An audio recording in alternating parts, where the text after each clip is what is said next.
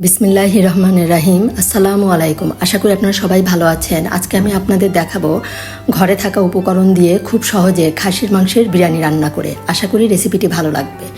এখানে আমি 1.5 কেজি খাসির মাংস নিয়েছি, এভাবে মিডিয়াম সাইজ করে আমি কেটে নিয়েছি। এখন এর ভিতরে আমি দিয়ে দিলাম 2 চামচ পরিমাণ রসুন বাটা, 2 চামচ পরিমাণ দিব আদা বাটা, 1.5 চামচ পরিমাণ দিব আমি জিরা বাটা।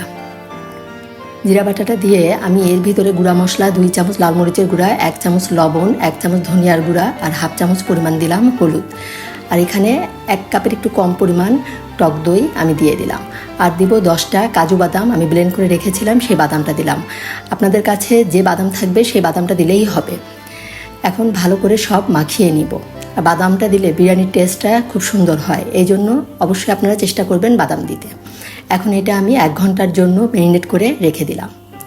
1 ঘন্টা পরে আমি একটা পাতিলে পরিমাণ মতো তেল দিয়ে এর মধ্যে সাদা এলাচ, লং, দারচিনি আর তেজপাতা দিয়ে দিলাম।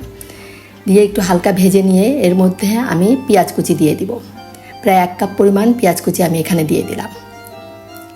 পেঁয়াজটা হালকা ভেজে নিব আমি, একটু কাঁচা ভাবটা দূর হওয়া পর্যন্ত এটা ভেজে নিলাম। এখন এর ভিতরে আমি যে ম্যারিনেট করা খাসির মাংসটা আছে সেটা দিয়ে দিলাম। খাসির মাংসটা দিয়ে একটু নেড়ে নিয়ে আমি এই যে বাটিতে মাখিয়ে রেখেছিলাম সেই বাটিটা ধুয়ে সামান্য একটু পানি দিয়ে দিলাম।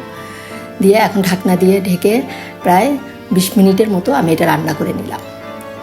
যে 20 মিনিট পরে একটু নেড়ে দিয়ে আরও প্রায় 15 থেকে 20 মিনিটের মতো এটা আমি রান্না করে নিব। যে এখন প্রায় 15 মিনিট পরে এখন এভাবে ভালো করে ওই ঝোলটা কমে আসার পরে ভালো করে কষিয়ে নিব। আর আমি একটু দেখে নিলাম মাংসটা কিন্তু প্রায় 80%-এর মতো সিদ্ধ হয়ে গিয়েছে। এখন ভালো করে আমি বেশ কিছুক্ষণ কিন্তু কষিয়ে নিয়েছি। নিয়ে এখানে 1 কাপ পরিমাণ গরম পানি দিয়ে দিলাম। এই মাংসটা কিন্তু খুব একটা ঝোল থাকবে না, একদম মাখা মাখা হবে। এখন আমি ঢাকনা দিয়ে ঢেকে আরও 10 থেকে 15 মিনিটের মতো রান্না করে নিব। আর এখানে আমি 1 কেজি চিনি গুঁড়া পোলার চাল নিয়েছি। এটা ভালো করে আমি 2-3 বার ভালো করে ধুয়ে 10 থেকে 15 মিনিটের মতো ভিজিয়ে রেখে একটা চালনিতে পানি ঝরিয়ে রেখে দিব। আর এখানে এই যে মাংসটা কিন্তু প্রায় হয়ে গিয়েছে, আমি 1 চামচ পরিমাণ গরম মশলার গুঁড়া দিয়ে দিলাম। দিয়ে এটা একটু নেড়ে নিয়ে ঢাকনা দিয়ে ঢেকে আর 5-6 মিনিটের মতো রান্না করে এটা চুলা অফ করে দিব। আর এখানে আমি একটা প্যানে পরিমাণ মতো তেল দিয়ে দিলাম। দিয়ে এখানে আমি পেঁয়াজ বেরেস্তা করে নিব। প্রায় 1/2 কাপ পরিমাণ পেঁয়াজ আমি এখানে বেরেস্তা করে নিব। এই পেঁয়াজ বেরেস্তার মধ্যে আমি 1 চামচ পরিমাণ ঘি দিয়ে দিলাম। এতে করে সুন্দর একটা ফ্লেভার আসবে, বিরিয়ানিটা খেতে খুব ভালো লাগবে। এই যে বেরেস্তা আমার প্রায় হয়ে গিয়েছে, আমি এখন বেরেস্তাটা তুলে রেখে ওখানে আমি আরেকটু তেল দিয়ে দিলাম। প্যানে আমি আরেকটু তেল দিয়ে এখন এই যে চালটা যে পানি ঝরিয়ে রেখেছিলাম এই চালটা দিয়ে দিলাম। চালটা একটু ভিজিয়ে রাখলে চালটা কিন্তু রান্না করলে ঝরঝরা হয় এবং ভালো করে ভাজতে হবে। এখন আমি একটু ভেজে নিয়ে এর মধ্যে এই বিরিয়ানির জন্য 1 চামচ পরিমাণ লবণ দিয়ে দিলাম। এখানে দিয়ে দিলাম আমি বিরিয়ানি মশলা। এখানে 1 প্যাকেটের অর্ধেকের একটু বেশি পরিমাণ আমি বিরিয়ানি মশলা দিয়েছি। আর যে কোনো বিরিয়ানি মশলা দিলেই হবে। আর আমার কাছে মনে হয় চালের মধ্যে বিরিয়ানি মশলাটা দিয়ে এভাবে ভেজে রান্না করলে বিরিয়ানির মশলার ফ্লেভারটা বেশ ভালো আসে। এই জন্য আমি মাংসের ভিতরে না দিয়ে চালের ভিতরেই দিয়েছি। এখন ভালো করে এই যে ভেজে নিচ্ছি, আমি বেশ ভালো করে ভেজে নিয়েছি। ভেজে নিয়ে এর ভিতরে আমি যেহেতু 4 কাপ চাল আমার, এখানে আমি দুধ সহ 8 কাপ পরিমাণ পানি দিয়ে দিব। পানিটা দিয়ে আমি নেড়ে নিয়ে আরেকটু পানি দিব। দিয়ে এর ভিতরে আমি 1 কাপ পরিমাণ দুধ দিয়ে দিব। আপনারা ইচ্ছা করলে গুঁড়া দুধও দিতে পারেন। আমি এখানে লিকুইড দুধ জাল দিয়ে রেখেছিলাম, সে 1 কাপ পরিমাণ দুধ দিয়ে দিলাম। দুধটা বিরিয়ানিতে অবশ্যই দিবেন, এতে করে কিন্তু সুন্দর একটা টেস্ট আসে। এখন ঢাকনা দিয়ে ঢেকে আমি 10 থেকে 15 মিনিটের মতো এটা রান্না করে নিলাম। নিয়ে এখন এখানে আমি এই যে ফ্রোজেন কাঁচামরিচগুলো একটু ভেঙে নিয়ে দিচ্ছি, যাতে কাঁচামরিচের ঝাল এবং ফ্লেভার দুটাই যাতে বিরিয়ানির সাথে মিশে যায়। এখন এই যে ভালো করে আরেকটু নেড়ে নিয়ে আমি আরও 6-7 মিনিটের মতো এটা একটু রান্না করে নিব। ঢাকনা দিয়ে ঢেকে দিব, দিয়ে 6-7 মিনিটের মতো এটা রান্না করে নিব আমি।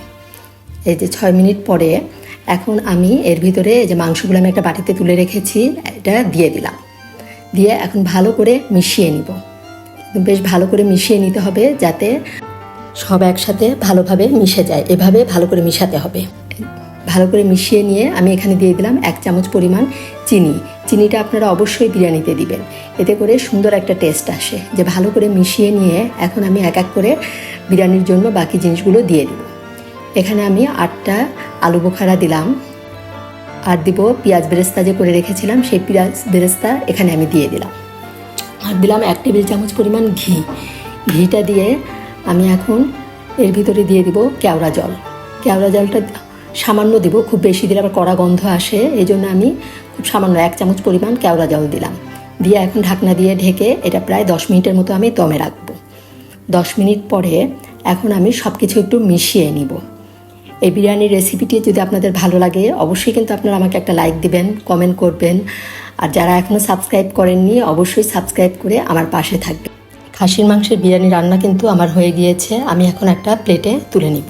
বিরিয়ানি রান্নাটা কিন্তু দেখতে খুবই লোভনীয় এবং ঝরঝরে হয়েছে। আপনারা অবশ্যই একবার এভাবে বানিয়ে খাবেন। ধন্যবাদ সবাইকে, সবাই ভালো থাকবেন। আল্লাহ হাফেজ।